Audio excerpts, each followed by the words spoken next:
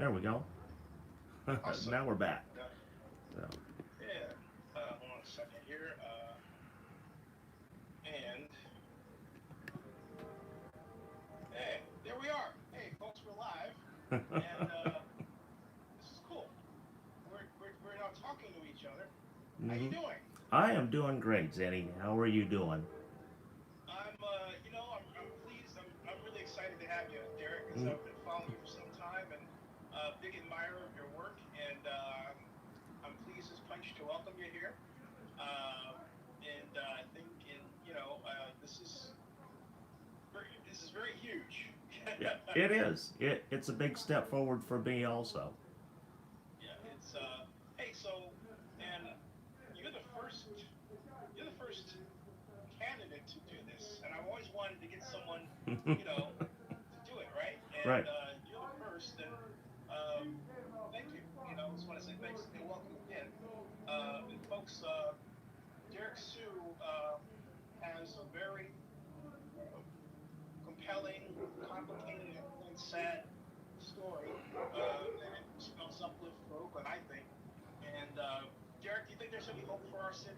Yes, there's definitely hope for our city. We just need a change in direction from the CAO currently. Um, we have a lot of issues that the CAO does not want to really deal with or even recognize. I've talked with the CAO many times, day and night for years, and still can't get anywhere. But we're moving some new projects forward, kind of like the one of the most recent ones that I was a part of is the new FEMA trailer um, safe RV park over on 633 Hagenberger Road. So Hmm. we're bringing projects like that. Yeah, and as I would say privately, but I'll say this publicly: tell your story. Use this to let us know what's happening because Hmm. mainstream media uh, doesn't know how to do this. It's No. not that they don't know how. They don't. They don't. The ones that are still working don't care. I run my own company, Hmm. and to me, this is a technical slap in the face. If SF Gate, if Blake Kirshner at SF Gate had followed what Phil Bronstein told him to do, which is hire me as executive director back in 2010, Hmm. this would have been old hat. Yeah. You know, Yeah. we would have grown with YouTube, but they treated me like crap Hmm. as a city vice blogger, and I've been very a blogger, and I built my own technique around it and built my company. Hmm. So I have the freedom to do what others have tried to stop me from doing. Now you can't stop me. But it's like on the me, it's about the we and it's about Oakland, Yes. and giving the real picture of Oakland, and have you tell your story, Hmm. and also talk about your run for mayor. Folks, I am not officially endorsed Derek yet, actually yet, because hey, but if anyone wants to think I've given Derek an advantage, go right ahead. Awesome. Oh, Okay. well, So one of the freshest things that I bring to the table is that I've already put before the city council, also the city CAO, several resolutions and resolutions to take care of the homeless issue that we've had for a very long time now, and nobody really wanted to with me about that particular issue. Uh, they laughed at me, literally. Noel Gallo laughed in my face when I told him about one of the ideas, and then uh, the next one, my second idea that I came up with and was working with, and it's actually moving forward now, just not with the city of Oakland. We're going to be moving it forward with the Alameda County supervisors. So we're going above Libby to get this project moving, and it's a viable project that is cost effective, and it actually addresses the homeless issue here. We're back in March. We had Governor Gavin Newsom put up on an executive order N23-20, and that was for the availability of Caltrans property, and that became that was tied to a lawsuit that we had with the Caltrans and the state of California, which we won. And so that was part of the settlement that they make available Caltrans property. So we have a very large one here in Oakland, over by the Oakland Coliseum, which I've already laid out a detailed plan with a sewer service, electrical, solar farm, ingress, egress water for a tiny home village of 100 tiny homes. So this actually starts dealing with the necessary issues that we have with Oakland. And number one, it starts with housing, affordable housing, also getting the folks that are unhoused. We need to get them housed, because personally, I do work in the healthcare field, and in the healthcare field, we believe that housing is healthcare, because without Yes. housing and shelter, you're going to be sick. You're always going to be behind on your health. Even the smallest insect require shelter. So shelter has to be a part of the healthcare field, and so that's what we're truly looking at, and that we're making advances towards. Hey, you know, you just turned me on to a thought that is a continuation of something I've heard other people say, and I think that they didn't come to recognize homeless as being a healthcare problem, and I was Mhm. shocked. Mhm. And I think we have to start roping in homeless statistics into our healthcare calculations. What do you think? Absolutely, we have to. Housing has to be an integral part of healthcare across the board. Doesn't matter what your income level is, whether it's zero or the richest person in the world. You still require shelter, housing, and a means of support. And so that has to be available. Housing, especially what we've seen happen during this COVID-19 crisis, trying to get everybody into housing, and it's just been insane trying to get folks into the hotel programs, different voucher programs. And so there's just been a lot of different things. A lot of different of those programs also failed because of the red tape and the bureaucracy that caused the failures to happen. And here locally, at the turn of the month, all of these programs cease to exist, or they're no longer funded. So right now we have a very big issue, because Mayor Libby Shaft has said that she does not want these folks to end up back on the street.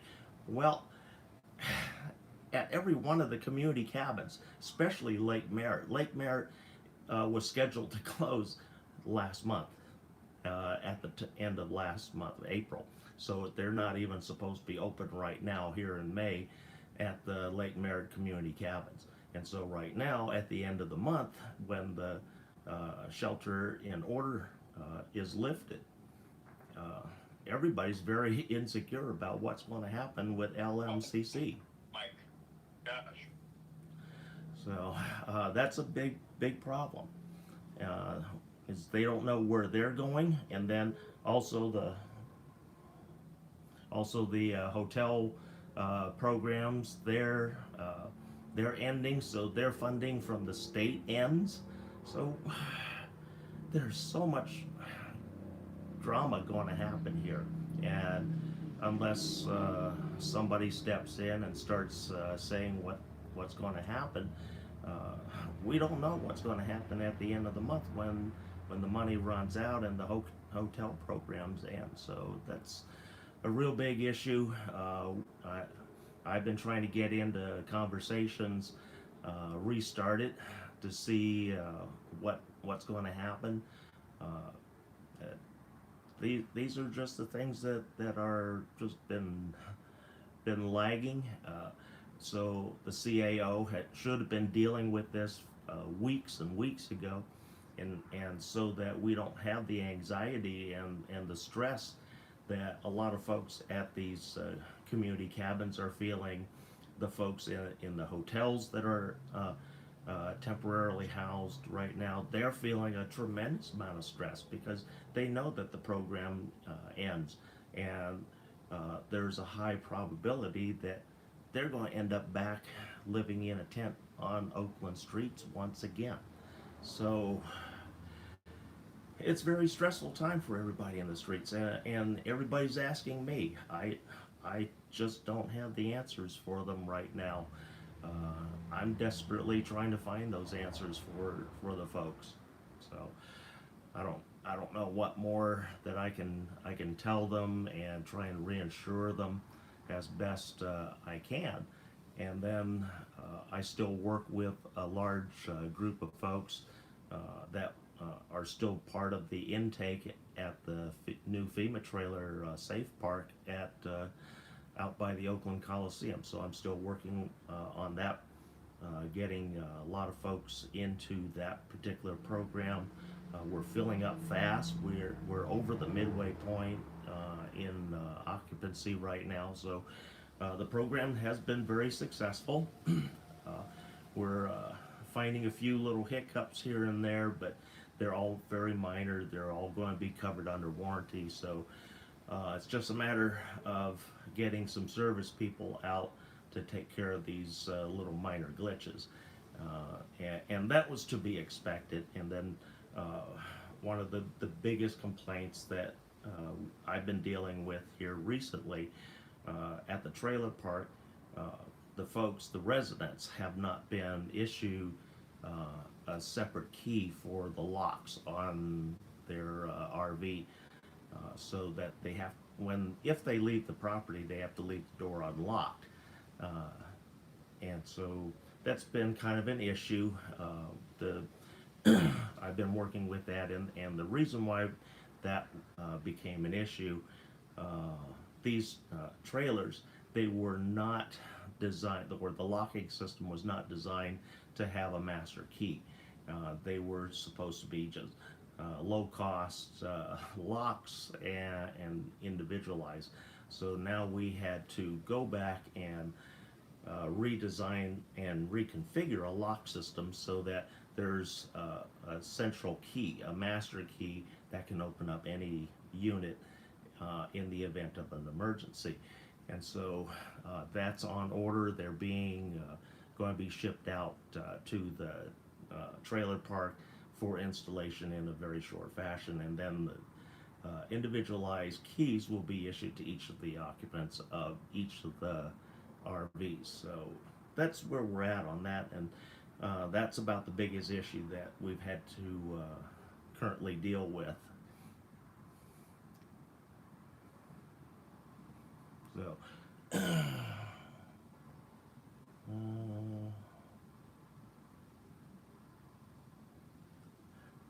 anyway, that's kind of where I'm at in the FEMA trailer park, and so I'm just going to go ahead and continue working with the folks on the streets, getting more folks in until we can no longer accept any more candidates. But we are filling up very quickly. Like I said, we're past the midway point, and I'm getting a lot of folks that are just... Hey, Zennie. Yep, I can hear you. With the sound, what I was doing is I was making sure the sound was coming on your end. Ah. And then I have my video, me talking with you. Uh-huh. But I think my people can hear you, but I can hear you. And I didn't think you hear me. And No. I can hear what you were saying. Yeah, I couldn't hear you. Because all of a sudden I saw it dropped off and I couldn't hear you anymore. Oh, yeah, you know what happened was that I had shut off my phone to see if I could hear you through the video to Ah. make sure that the video is working. Mm-hmm. Okay. And that's working fine. Well, good news, it works. Okay, good. And not only that, I heard everything you said. Mm-hmm. And my question to you is, are you as concerned as I am about this whole economic, what does the mayor call it? The economic recovery task force? Yeah, that is a joke. That recovery Yeah. task force is a joke. Because we know it's a disaster right now. Yes, And the recovery, the best that we can start looking at is make a basic fluid plan that can change as the situation needs and different things occur. So it has to be fluid and live. And Libby's talking about putting something together in 4 to 7 months. Are you kidding me? It takes just a day, maybe. right. And now the way things are going, people can die. Yeah, exactly. So it's crazy. She has absolutely no priority on this, and I can kind of see what's happening because she is a lame duck. Libby cannot run for mayor's office anymore. So whatever she does right now is whatever she wants to do because there's no effect on her politics. Derrick, as someone who's known her for 32 years, Mm-hmm. who we call each other God sister and God brother to this day, Mm-hmm. okay? When I told her she should run for mayor in 2000, I said this 2009 on the 14th of June. Mm-hmm. It was a different Libby. Yeah. And Libby has changed in a way that she does things that I don't recognize. And this is somebody I love very much. I'm serious about that, okay? Mm-hmm. Yeah. So I am perennially distressed over what I see. And the old Libby used to ask questions, say, hey, I don't understand how this works. What should I do? Yeah. Now it's like she's got this, and she's listening to the wrong people. Mm-hmm. Yeah. Talking to you, she should be talking to people on the front line, not the people with the titles.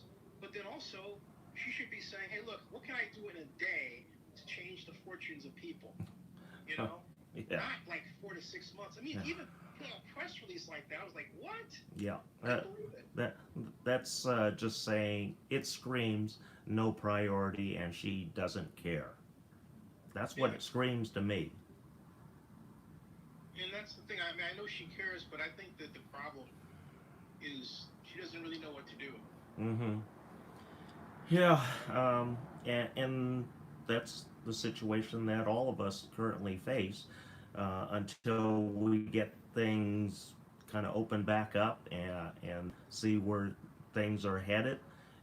Because our biggest fear here in the healthcare is a quick upward spike because of the openings. And so weather has a lot to do with that because we know that people are safer when the humidity is down at 40% or less, because then that dries out the moisture that is required for the virus to survive in. So that we want the low humidity, and normally this time of year we would be right in the correct area for humidity, but this has just been a really off year for everything. Yeah, so that. Hey, it's late out here, so I'm gonna.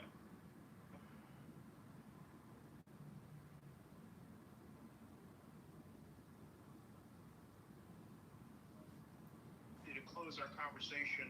All right. I'm really proud that you are here, and I look forward to what you're going to be doing. And hey, man, I'm a big fan. I'm blessed to have you here. I really am. I feel blessed and honored to be a part of your organization. Thank you, sir. All I'll right. talk to you offline, but welcome aboard, my man. All righty. Everybody support this man. Thank you. Derrick, support him. He's doing the hard work in Oakland. He really is. Yeah. And I'm honored to have him here. All right, we'll see you offline. All right.